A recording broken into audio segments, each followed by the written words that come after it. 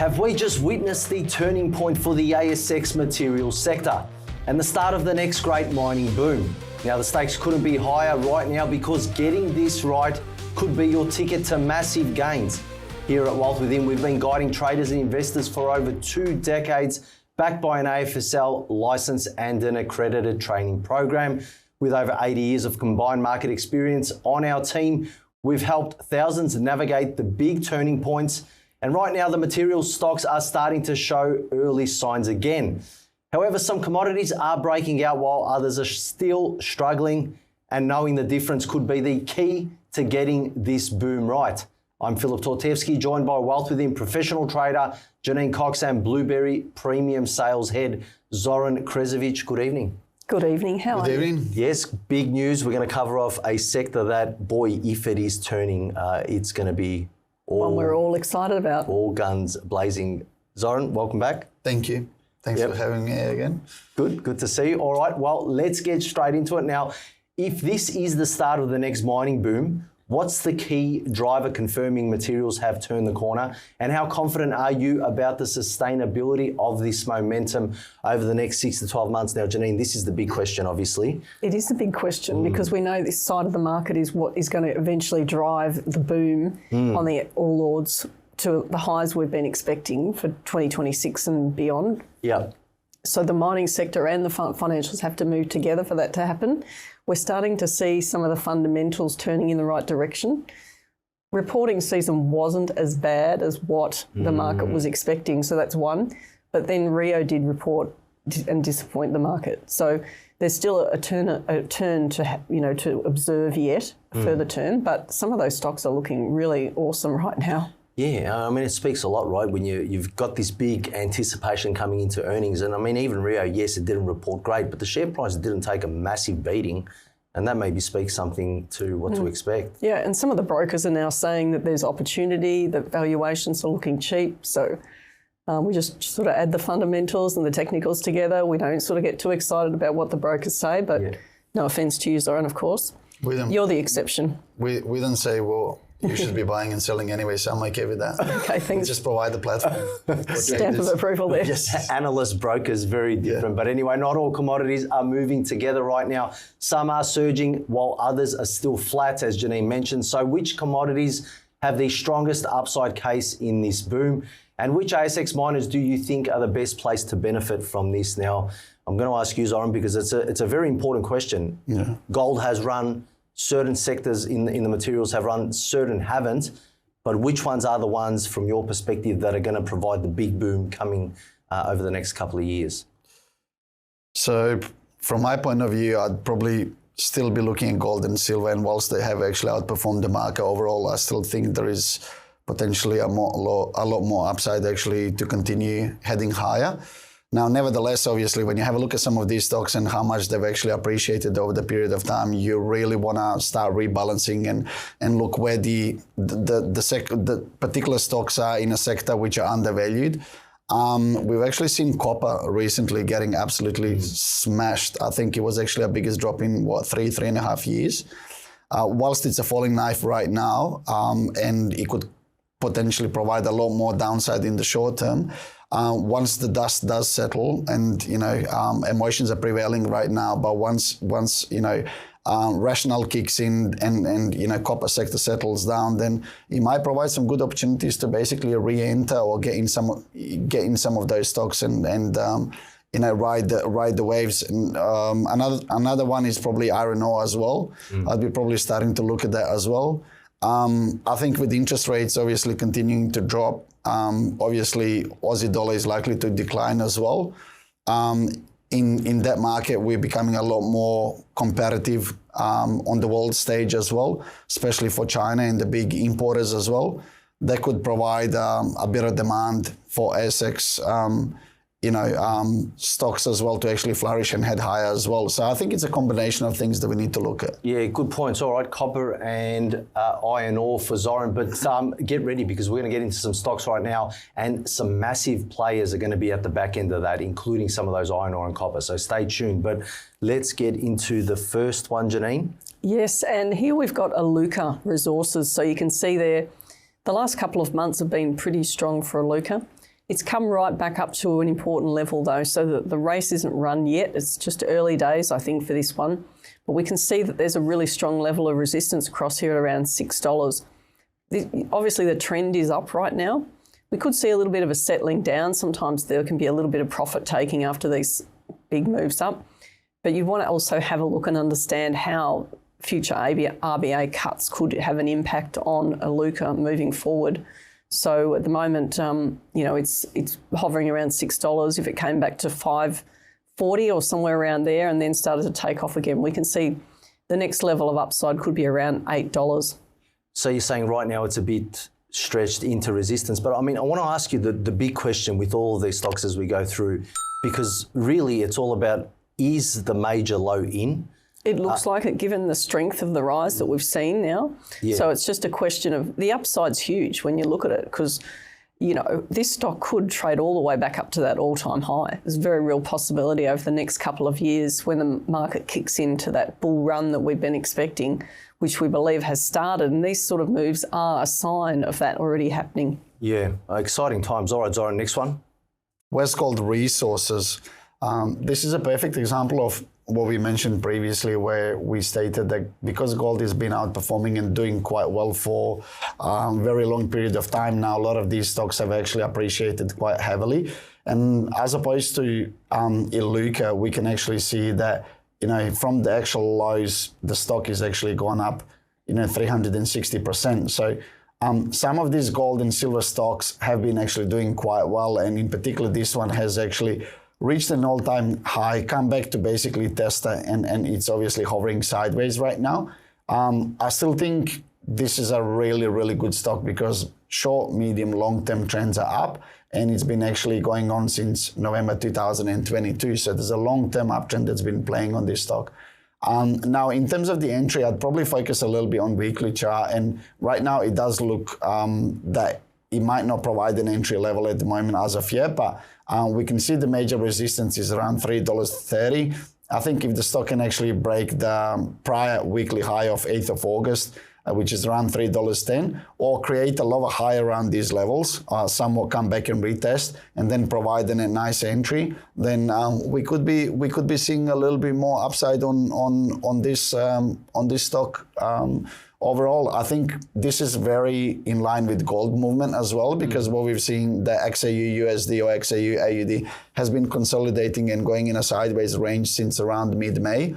And I feel this stock is actually doing something very similar. So what it's doing is basically it's trailing or following the underlying gold market at the moment. Yeah, it's important because when you look at the first stock, Iluka trading at or coming off a major low, this one trading near highs. Yeah. Some traders would look at that differently and think, oh, I'm going to throw away Westgold, it's run too much. But Correct. You can get caught, especially if you're at the onset of a major run, to throw away stocks like that. Like we saw, you've given so many examples, 03 to 07, the index was at all-time highs, yet it ran really, really strongly.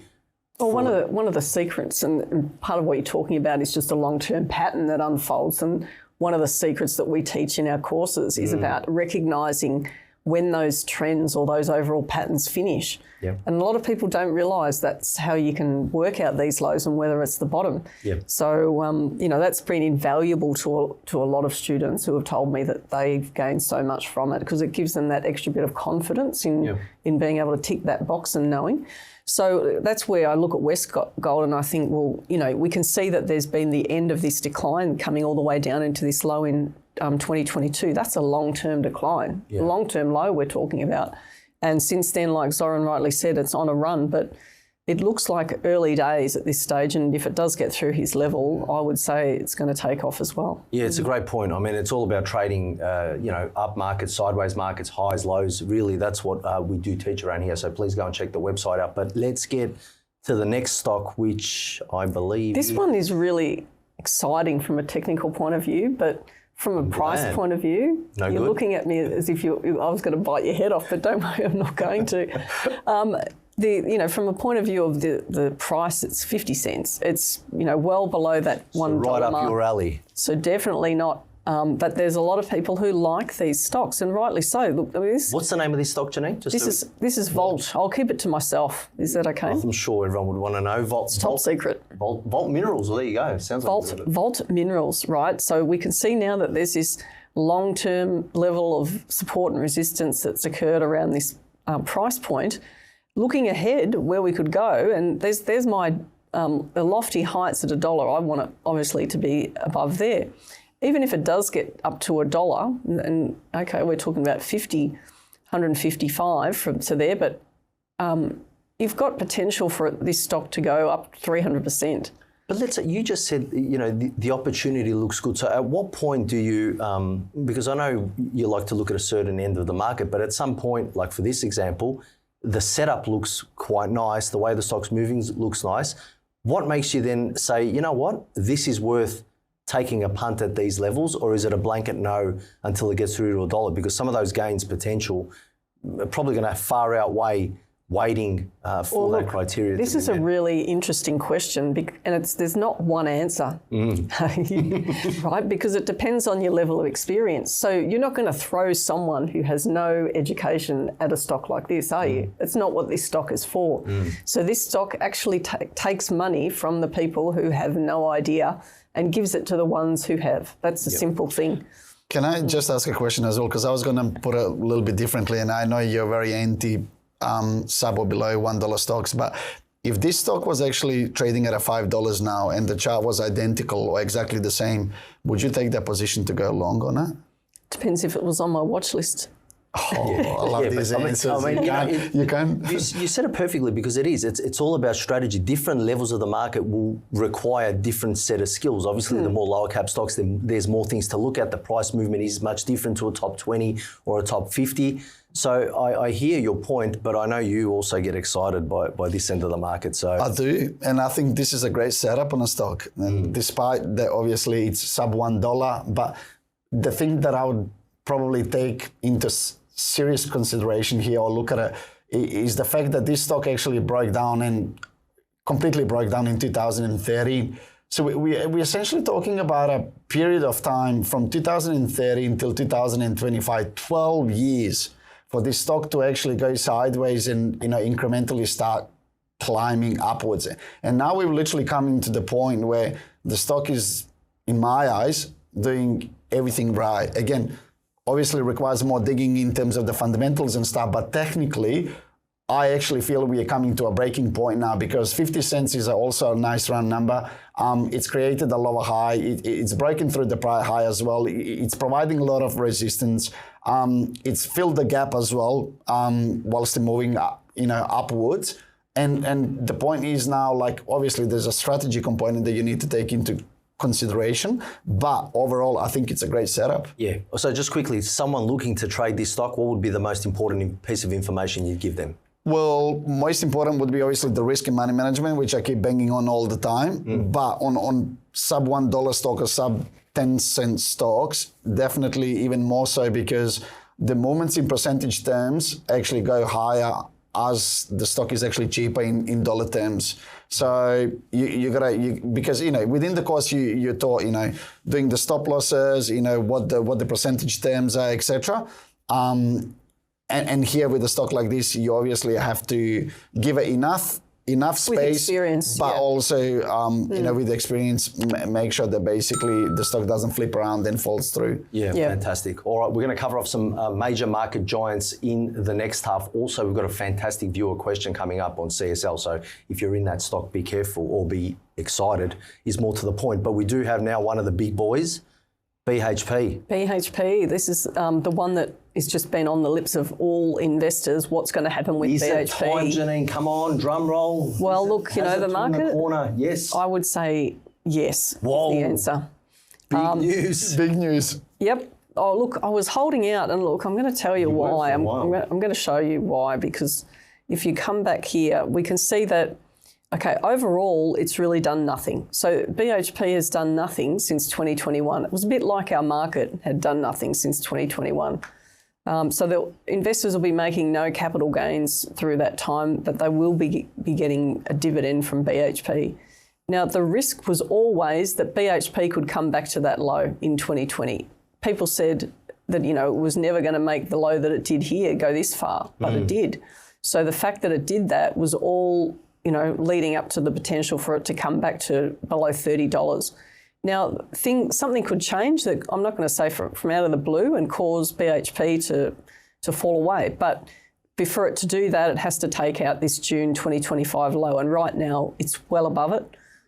This week it's starting to look good. I would just say that there's some short-term resistance. We're just watching at the moment, but you've got to have your own good set of rules for this one. But that's an important point, isn't it? It's the most important, because on the show we show where things are likely to be, but it's just at a static point. It's fixed as of today. It looks good. The true key, and please both of you speak to this, is knowing, and our students know this, is knowing when to instantly flip that idea, or know when to change script on what happens tomorrow. And we don't show it week on week or day by day, but like you said, things could change next week. BHP could fall out of bed, and then that changes everything. And you know exactly where you want that to be on a chart. So yes, is that one of the most important things people need to be looking at? Not just follow blindly and say, hey, this has turned the corner and let's all pop the champagne. Yeah, you've still got to be cautious and still got to have your risk management in place. Of course, but I think the real knowledge is having a look at the chart like this, and then within 10 seconds knowing whether it's actually a buy, hold, or sell. And I'm not saying just from the speculative perspective, but you got so many rules in your head already that you can see that are popping out or actually confirmed. And so as always... Before you did the course, would you have been able to do that? No, absolutely not. How so? Yeah, that's the knowledge. It's the knowledge that you gain, and you can apply it to any market because, as I always mention, like I work for a broker and I talk to FX traders or commodity traders, gold, silver, cryptos as well, actually. Whilst it's a different beast and it's very aggressive, you can still apply the same rules and principles to actually trade those markets if you're a technical trader. Get those probabilities up. All right, so I like BHP as well, actually, and I think it's a buy as well. There's a couple of things that I would like to draw on it to give me a better confirmation, but we can leave that for the next time. Maybe on the next next coverage. But look, BHP, as the team mentioned, get excited because that looks fantastic. We've got another huge player right now before we move on to the next section. Now, I know this is your favourite sector in the market. You're very passionate about it. Yes. And this stock might have finally just done it as well. Well, look, it's early days when you're looking at the monthly chart, but it's done a similar sort of thing to Aluka, 2 months up. Now, when you think about it, you've got to put it in perspective, okay? So 2 months up, it's from a percentage point of view, it's significant. Yeah, it's significant enough to confirm a bottom. But like you just said before, you've always got to be thinking about both sides. And, when these stocks fall, they actually then rise by 30, 40% before you know whether it's going to, this one went up 50% before you knew whether it was going to fall away or not. And a similar sort of scenario happened here when it was falling away.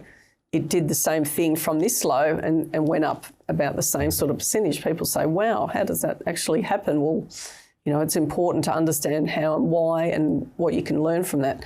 So these two rises were the same. Now, if we go down and we have a look at how far Pilbara has come off that low, it's actually come off over 100. So that's telling me that, okay, it's exceeded these and therefore increases the probability that we're going to see a move up off that bottom. We can see here it took many months before Pilbara got to a new all-time high and taking out that high in December 2017. We know that the market's likely to have a run over the next 12, 18 months, could even be longer than that depending on how this part of the cycle goes. We saw in the 60s a very different scenario to what happened prior to the 87 correction and very different to what happened prior to the GFC that occurred. So, when we're looking at this one, we've got to be mindful that it is going to be a volatile stock. I would just say there's two things to think. One is, are they too late to the party? And it's definitely no at this point for me. Looking at PLS, you have to say that it's early in that first move up.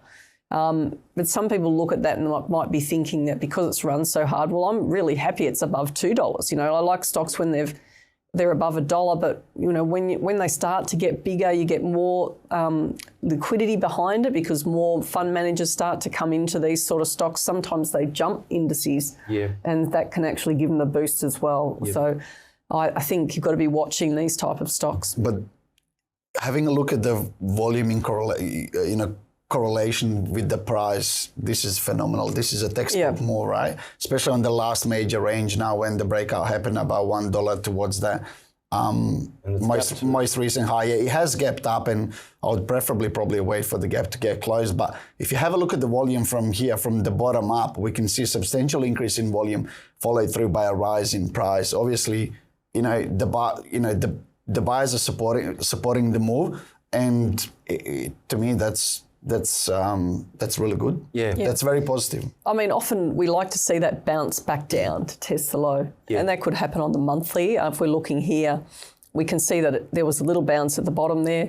Often there is a little bounce at the bottom before these moves start to run. And I'll just expand that up a bit. So you can see often the stock could go up 1, 2, 3, 4, 5 or 6 months, pull back, and then you get the best part of the rise after that.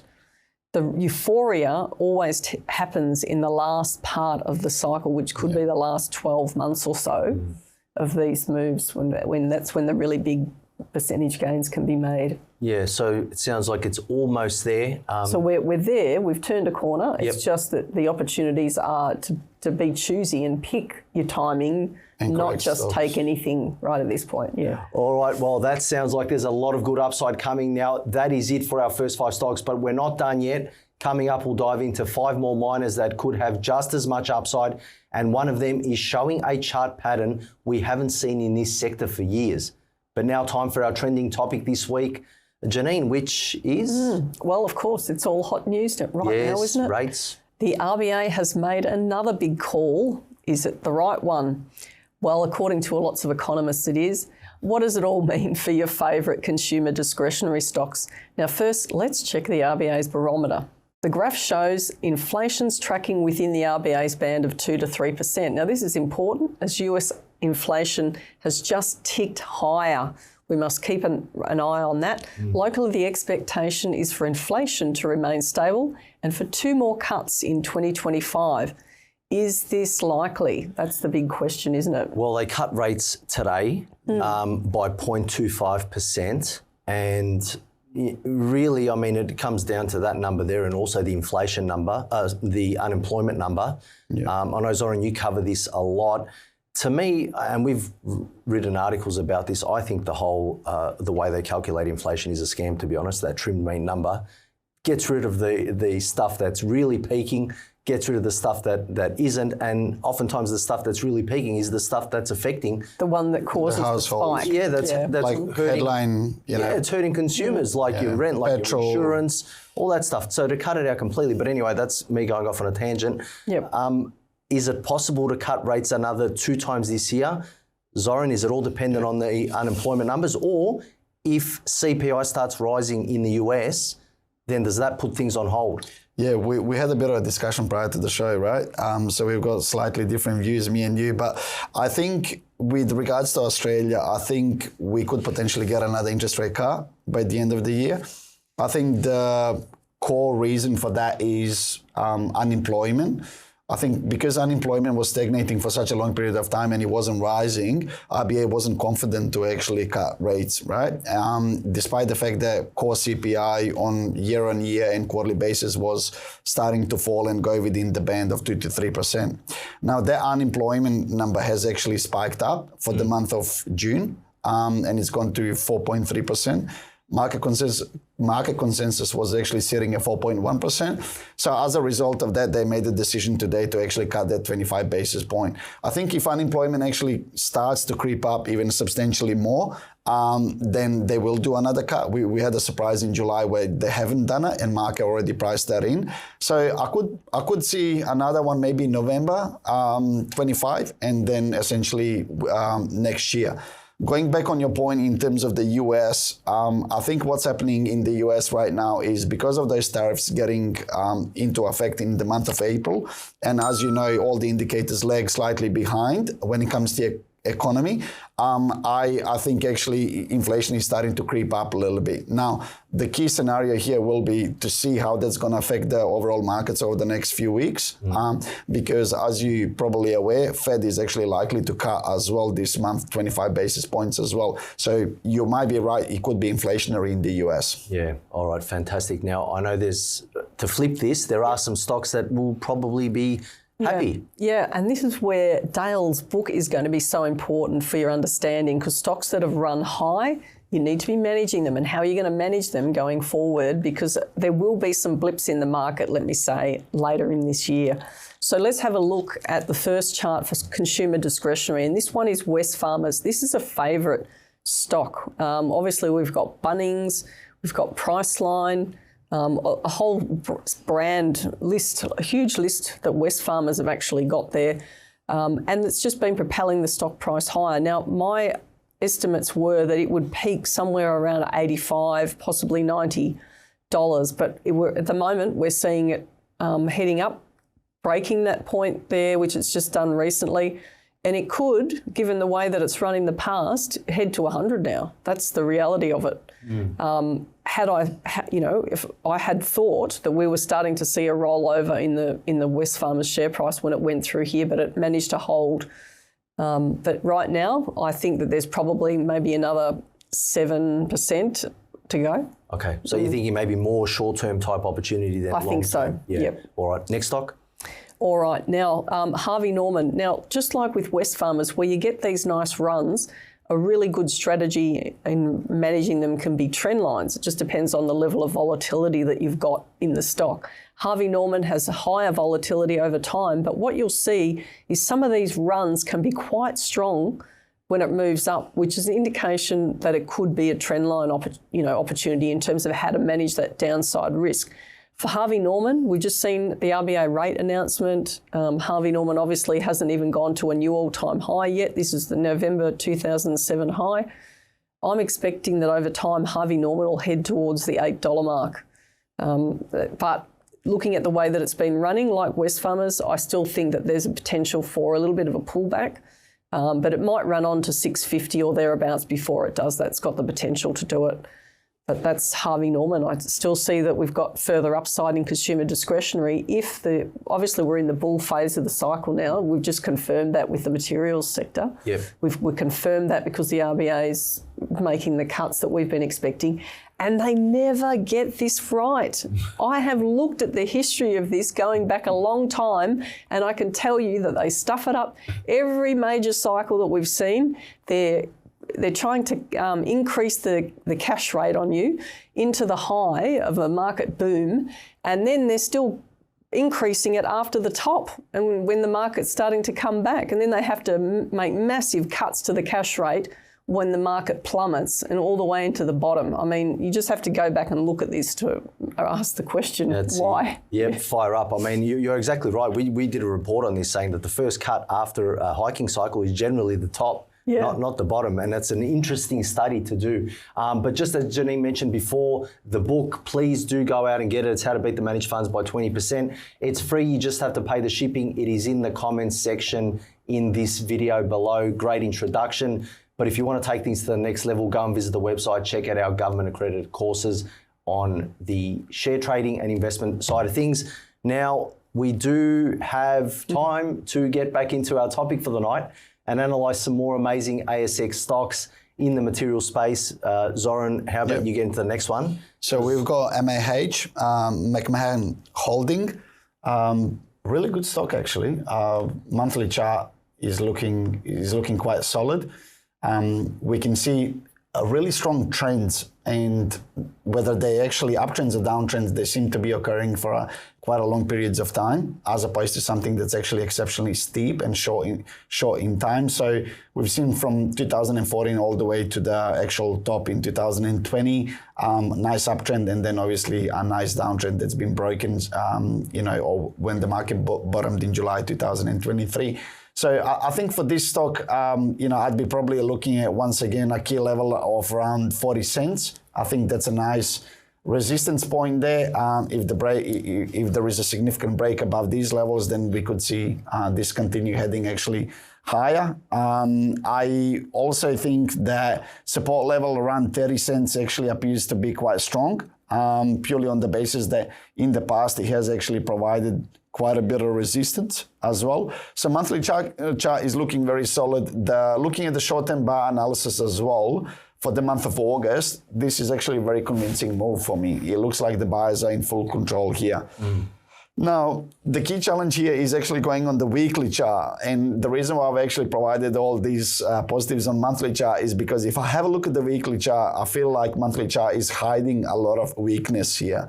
Purely on the basis that the opens and the closes of these bars indicate to me that there is a very low liquidity on this stock. And number one thing that I'd be considering here is actually to go back and see what is the volume traded on a daily, weekly, monthly basis, and how does it affect the share price in general, okay? Because the weekly chart indicates there is a lack of liquidity, it's potentially an illiquid stock, and it raises and begs the question, when you do enter this stock, what are your rules and how do you actually exit? Because you might have liquidity issues on the way out or on the way in. Yeah. Good point. Fantastic. All right, next one.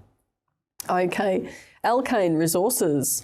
This one does look good. And guess where it's heading? Right near the $1 mark. I like this one. Zoran, any thoughts?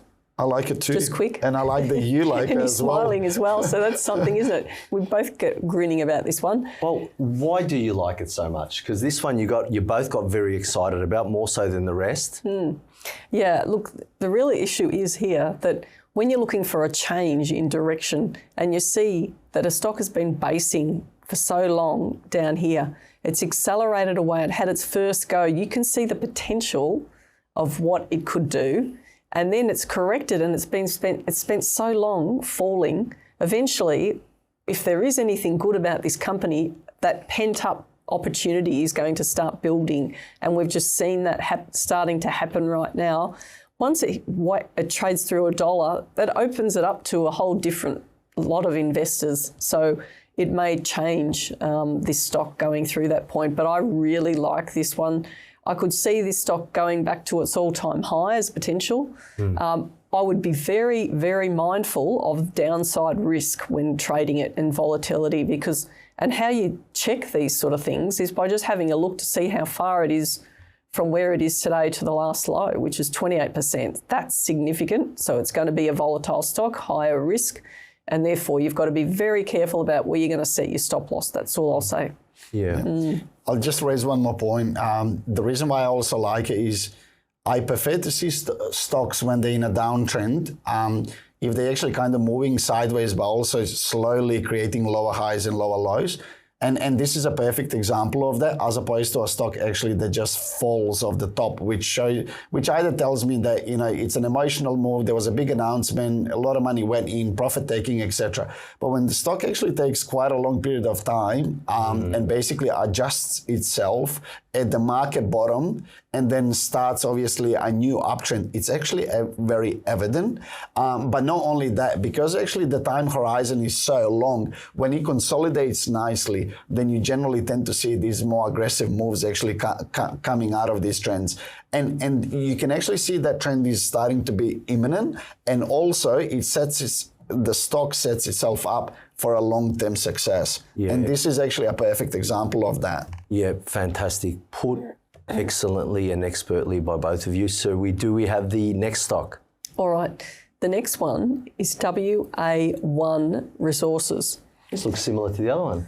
Now, this is interesting in itself because it's a big stock from a price point of view, but the volume might be a bit of an issue. I don't know. I haven't looked Probably at this one issue. because the liquidity shows up on the bar charts. You can identify it as an issue. So you can see there's not huge volume coming through down here, right? So there's only about 800, maybe 500, 600, 770,000 a week. You generally want to see that above 1 million minimum when you're looking at stocks. But at the moment, that looks like a beautiful pattern setup that we've got here. And I'm just going to apply a line to that so we can see how that's really looking. Across here, we can see that there's been that, and Zoran was talking before about those gradual consolidations, which is even more pronounced on this one in terms of those moves. It's not, even though it's sold off, it's recovered well and truly, and it's recovered above here, above $16.50, which is interesting. And now it's looking like it's just set up and poised. And look, just having a look at where that last low is as well. We can see that, you have to give it a bit more room because it's 20% away. So that's the one thing to bear in mind is a lot of these mining stocks, sometimes that volatility on the downside when it's just having a bit of a rest and a pullback can be more than what you would put on a standard stock. Would you say, looking at the volume, is a little bit concerning that at least from what I'm seeing here, is the volume is decreasing over the period of time, and it actually feels like it's a substantial decrease, even though the price has actually consolidated, pulled back, and it's starting to actually head higher? Well, we know when there's a consolidation that often volume can reduce and the share price has fallen gradually. You're talking about this, overarch, there's, much higher volume coming through here and then it sort of drops off through here. And we still haven't, even though we've seen some spike volume here, which is important, we haven't seen the volume recover to what it was back when the stock was stronger. But this could be an early sign that it could catch up to that. But it's really up to the individual whether that's a risk, they're willing to take, is to buy something where the volume hasn't yet overall increased. I think I got some concerns here. I mean, I'm seeing the price actually accelerate and go up 45% from the most recent bottom, but I'm actually not seeing the volume pick up. So, well, there you have it. Yeah, it's great. I mean, look, it's one of those things, right? As traders, some people place more importance on volume, others don't. Some areas of the market, it is more prevalent, but I can see both views because this could really take off on what seems to be not much volume. Go along with the trend of all the other miners that are about to fly off, and you think, oh, maybe I should have followed how things were unfolding on price action. But anyway, that's a topic for another day. We do have some amazing questions coming through and also a really good hot stock tip from Zoran. So get ready for that. But time for... I'm looking forward to the hot stock tip. Yeah, it's a really good pressure. one. Well, hopefully not. But our hot stock tips have been pretty good lately, haven't they? Have. EOS, and I'm not going to name the others. Done well. There's a lot, All right, let's have a look at this one. This is Rio Tinto. Now, Rio Tinto, remember, disappointed during its recent announcement. It's still gapped up. Yeah, it's interesting from my point of view because it's below this high. So this was the high prior to the GFC, and you can see Rio had a very, got to very lofty heights and then absolutely thundered to the downside when it got sold off. So I can see there it's still not over that hurdle yet. There's also another, point here where it was sort of spent a lot of time trading around this level, which is closer to 110. We can see that the first sign of support's there, but, it's got a little way to go, I'd say, with Rio. Yeah, and there, obviously, Rio's, correct me if I'm wrong, invested big in lithium a while back. Yes, which is exciting, isn't it? I mean, lithium's looking a lot better. If that gets going, that might be the catalyst to really send Rio through the roof. But it has gapped. That, to me, is the part that is quite interesting. A lot of the miners have over the last week. But, geez, on a big stock like that. Anyway, let's move to the other big player in this list. All right, this one's FMG, which looks really good. This was actually our pick of the miners at this stage, just because of the upside potential in FMG and also because of the volatility of it as well. So we can see there that it had come all the way back to this low as part of the Trump tariffs, but then it retested the low, which is important, moved up, and has been going up for consecutive weeks now. It just looks great. Looks like a fantastic setup, actually. Yeah. We've had so many emails, from people saying, "Oh, you look at this stock FMG and the classical setup of it, the way it's unfolded. You don't need to know. You wouldn't have had to have known anything about a major reversal coming in. Just follow that monthly chart, and it would have given you the cleanest entry, so close to that low." Which again puts that tick to the technical analysis and the stuff we do teach, because it's one thing having analysed the company back to front, but then it's a whole other study to understand whether or not the analysis is right or not. At some point, somebody's going to have to put money into that market, and if you know how to follow that right, then it's irrelevant what happens in the back end. Sure. Because you're following that, and that to me is why this FMG example is one that, amidst the negativity, amidst all the CRAP that was happening in the mining sector, look what's happened. Now you're looking at it after the turnaround. Now you're late. Well, I don't think it's too late. Sorry, short term. Correct. Yeah. And generally, that's how it is, right? Like there's a lot of doom and gloom and negativity around the stock, and there might be a good quality stock like Fortescue provides, big market cap, big industry player, Big good dividends. yields, good dividend yields as well, and then someone is buying at the market bottom. But it's not, it's not too late, because I see this as a great opportunity right now. I'm having a look at the chart and I see that $20 mark as a decent resistance.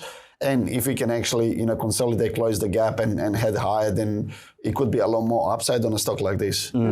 Agreed. Fantastic. All right. Now, if you want the skills to analyse the stocks just like you've seen tonight, visit our website, wealthwithin.com.au. Moving on shortly, we have an amazing hot stock tip, as mentioned, coming this week from Zoran. But first, let's answer your questions. Jules writes, interested in your thoughts on IPH and whether you think it has changed market structure. Looks to have broken a long-term momentum line on the monthly chart after falling heavily. I am waiting for it to close above some important resistance levels at around $5.80 before entering for a medium to long-term trade with a 15% stop loss. All right, Janine, what do you think? Okay, IPH looks very similar, doesn't it, to what we saw on FMG when we were just at that chart a minute ago. We've seen that bottoming pattern unfold and then this nice rise up. Close above 580? I don't really get this level. Yeah. Yeah, I'm sort of not understanding why that's important. But it could be something that they've identified as a really important level, natural level perhaps could be there. Maybe there's a bit of resistance here. Yeah, look, And I that's mean, why they're what looking if the stock does pull back from here and then produces an entry to come up? I mean, I guess the challenge then is that, how much upside are you going to have to that level that you're concerned about, which could be about 8%. But then you've got to also think about, well, then how could it fall from there as well? So if it goes up to this level, let's say it does meet some sort of resistance there and pulls back, are you going to be worse for wear if you'd bought here? Well, it could go into a loss position. Yeah. But, how does that fit with your overall view on where the stock's going to trade? Is it that you're just thinking once it gets through there, it's home and hose? Because chances are, no, it's not going to be a clear run through there either. Well, I see a bit of resistance happening around $6. Like if you have a look at here, there is a major low, 577, and then there is actually some support in the past as well. So if anything, I probably see that as a level of resistance as opposed to the entry. I think the entry was obviously good. Looking at hindsight, it's a 20/20 vision, right? But looking at the entry, it was probably around here. And then if it does keep going up, you're looking at the next level of resistance and then potentially a bit of a pullback. But hey, what do I know? Yeah, well, it's all in the, it's important what both of you are saying, because really what I'm getting from it comes down to how you're going to structure this trade. You let it run to 580, then it becomes super stretched. Yeah. And then you don't place your stop loss right, just waiting for that level. Even though you might be right long term, you get stopped out, as opposed to what you're saying is, the better risk reward setup might be around these levels, even accounting for a deeper pullback if that were to happen. So both great points. Thank you very much, Jules, for your email. Now, David is next. I am a buy and hold investor, and I'd like to build a small portfolio or small cap portfolio with good financial data. Lately, I've been watching PLS with a mind to trade very short term, but I miss the current big run. So where do you see it going from here? Now, Zoran, I have to advise David is 80 years old. So he has been in the market, so I'm assuming for a long time. And it's good to see 80 years old still going Fantastic. strong. That's Well what it's done. all about. Well done, David. Yeah. So what do you think? He's thinking short term on this? Maybe, maybe not? I love the fact that he said, I missed the big run. Yeah. Because yes, on a weekly chart, it might be a big run, but in the overall scheme of things, if you have a look at it on monthly chart, we can actually see there's been times in the past where it was actually a big run as well, and then it reversed and actually came back. So look, David, I generally believe there is still a lot more upside on this stock. However, I would like this gap to be closed. If the price can actually come down and test that $1.90 level mark or $2, then hopefully you can actually reverse and provide a good entry signal for you. If you're not in the stock at the moment, that is. I think the price is actually supporting that move as well, which is fantastic to see. Pilbara is a good quality stock. The sector is likely to outperform. We've been talking about it on the show.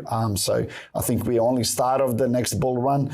And as always, you got to protect yourself. So, if you're re-entering around $2, then you got the major low here to consider as a stop loss, or perhaps the next major low, which was around $1.15. Again, don't know what sort of money you're playing with, don't know what your risk is, but these are some things to consider. Now, in terms of the actual resistance, I'd be probably looking at $2.70 to $3 mark as the next level of cluster. Cool. All right. Good point. Great. Now, Liam is next and writes, would you be able to have a look at CSL? I've been interested in starting my portfolio with a nice blue chip stock. From a brief look, I think it needs to break through the $270 level to confirm a longer term up move. Then the all-time high would be the next big test. I am looking for a medium to long-term trade. All right, Janine, medium to long-term CSL right now. I think he's, on the ball in terms of that resistance level, so well done with that. Just looking through the stock, you can see lots of lows that are formed around these levels where it's currently meeting resistance.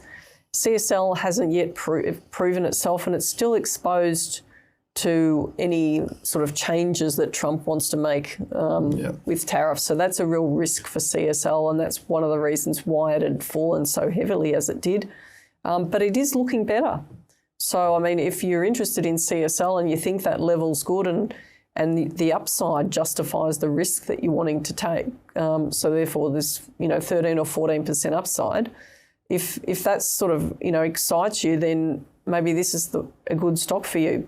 It's a low risk type stock, really.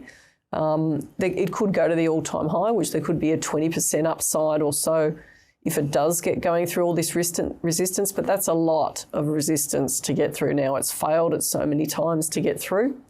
So it's a big call when you're talking about, confidence of it going up maybe 13%. Yeah. But then what about beyond that? If you weren't in it right down here and trading it short term, but if it's a new trader who's new to the market, who's learning, who's done the back testing, the analysis, I see no issue with it. Yeah. I agree. Yeah. I think I would look at it as a short-term trade initially for that 13.5% upside. And then if it goes beyond that level, then I would be starting to consider whether it's going to break that multi-year resistance level. Yeah. And it's been hitting it for quite a number of years now. Because, as we taught in the course, the more significant resistance or support, the more significant the move or the breakout once it does actually happen. So maybe this is the time, maybe it's not, but I still see quite a bit of upside, at least in the short term. Yeah, plan for the worst and then hope for the best. Now, Jason is next and writes, would love to hear an update on EOS or Drone Shield. I know you only pick one stock, so please pick whichever you think is likely to make me a millionaire. All right, well. Jeez. I love it. At least he's honest. Bit of pressure. Well, what we're going to do for you, Jason, is we're actually going to put both stocks on side by side and get the team to have a look at what looks best, which is what I've done. Are you going to vote for the one that you like best, aren't you, at the end? Well, I've picked I picked EOS and Drone Shield, but for me, really, it's move on. Move on. It's happened. Well, I think $1 million is gone already. Yeah. Okay, as far as electro-optic systems is concerned, I would say that at this point in time, it's probably at a really important level, given the run that it's had.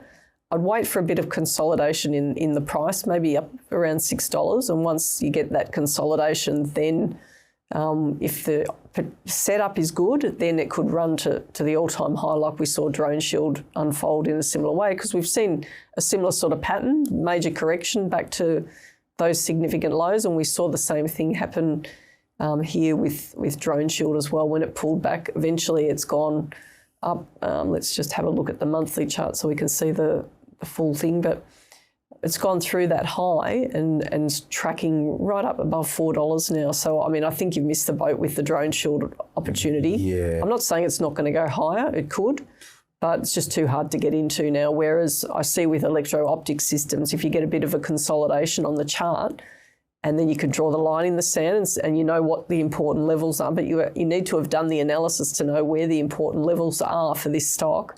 Then you'll know which hurdle it needs to jump before getting in to increase your probability of the upside. Yeah, so not right now for any of those. All right, well, Henry's email is next. Bit of a change up for you all, but I am looking to build a portfolio that reflects my values with a focus on sustainability. Are stocks like Next Era Energy NEE still a smart long-term play in renewables? Any tips on ethical investing would be much appreciated. All right, Zoran. That's good. Ethical investing. Any tips on someone who wants to invest from an ethical sense? Or concerns? Well, you got to support your beliefs. So, sector stocks that you believe are doing well for the Do you though, community. when you're investing?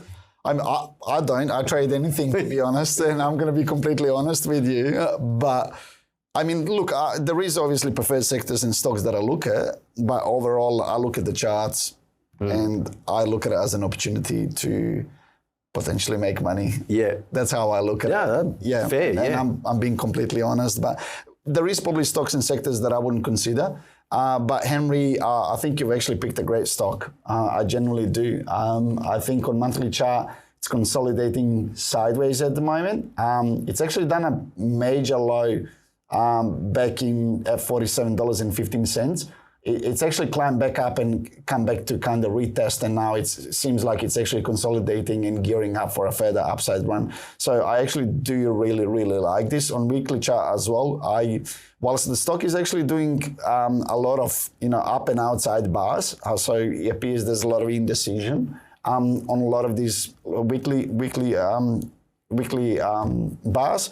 I generally believe if the stock does actually break above a level of $75, it could provide a nice little entry, which could go all the way to the high of October 2024, which is $86. So in terms of the percentage upside from these levels, we could be looking at another just under 15%. On the downside, though, I'd be probably looking at these major lows as a point of stop loss or downside risk. Yeah, fantastic. All right, now that is a US stock for anyone who is going to be looking for it. So just bear that in mind. We snuck that in.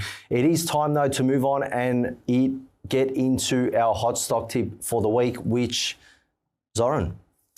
Yes, thank you, Janine. I appreciate that. So today's stock is Life 360.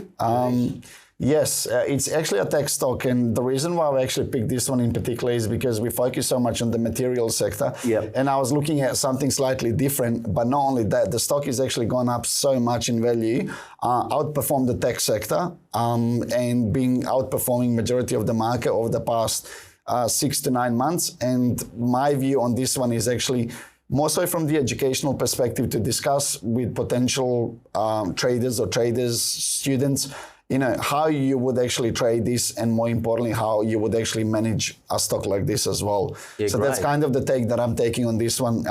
What it does, the company overview. So in terms of Life 360, provides a platform for all the important things in life to track, family, pets, etc. So it's been actually doing quite well over the past few years. The market cap is around 7 billion. So quite juicy. And it comes from a tech sector as well, as I mentioned previously, and it's been doing exceptionally well as well. So monthly chart is looking exceptionally bullish right now. The whole upside run on this stock has been nothing but astonishing, especially from 2022 lows. So we're looking at 1,361%. More so on the most recent range, or looking at the tariffs April lows, we're looking at this stock is actually gone up 175%. So in monthly chart, it looks like when it does go, it goes quite hard, right? Now weekly is actually painting a slightly different picture, because we can see a lot of consolidations, but we can see a lot of very aggressive breakouts out of these ranges as well. So the volume has been coming off from the actual highs in March 2025, but inversely the price has been actually going higher. And I would like to put it on you guys. First thing first, what do you think of a stock like this? Do you think it's a bit of a bubble, given the most recent chart? And more importantly, would you trade the tech sector right now, or would you actually go into something like rotational play, undervalued, interest rate sensitive, and looking for the stocks like that? That's interesting that he's challenging us. He is, yeah. I'll put you on the spot. I'm normally the one asking the questions, but hey, look, yeah, why not? You can get into it, Janine, because you're going to look at the chart. But for me, it's really To answer it so simply, it is, what's your strategy? If you're trading this stock right now, sure, short term. If you're looking for a long-term buy and hold at these levels, unless you're willing to accept wild swings up and down, do I think you're getting the best optimal price today? No. Yeah. Anyway, Janine. Janine? Okay. Like you, I think that there's a short-term opportunity in this one. Could go to sort of circa around $45 possibly.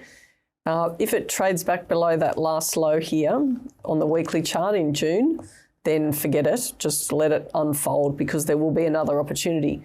But what Zoran raised was a really important point, and that is because when we look at sectors quite often, and on the Monday report, you talk about the sectors, rotation happens. It's a reality of the stock market. So there is money that's flowing out of the ones that the valuations get higher. Then the money flows into the ones that are at the lower end.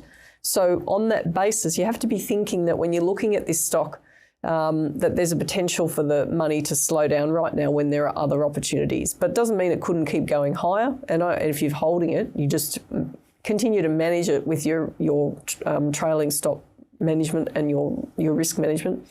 But other sectors, I think, will perform better than this one over time, over the short term anyway. But when the tech side comes back, so you see that flip again and it piles back into tech, which will happen like a wave, then we're going to see further big moves up in 2026, I think, in that space. Fantastic. All right, thank you very much. Now, if you want more from us, check out our video, Best Cheap ASX Stocks Under $10 to Buy After Earnings.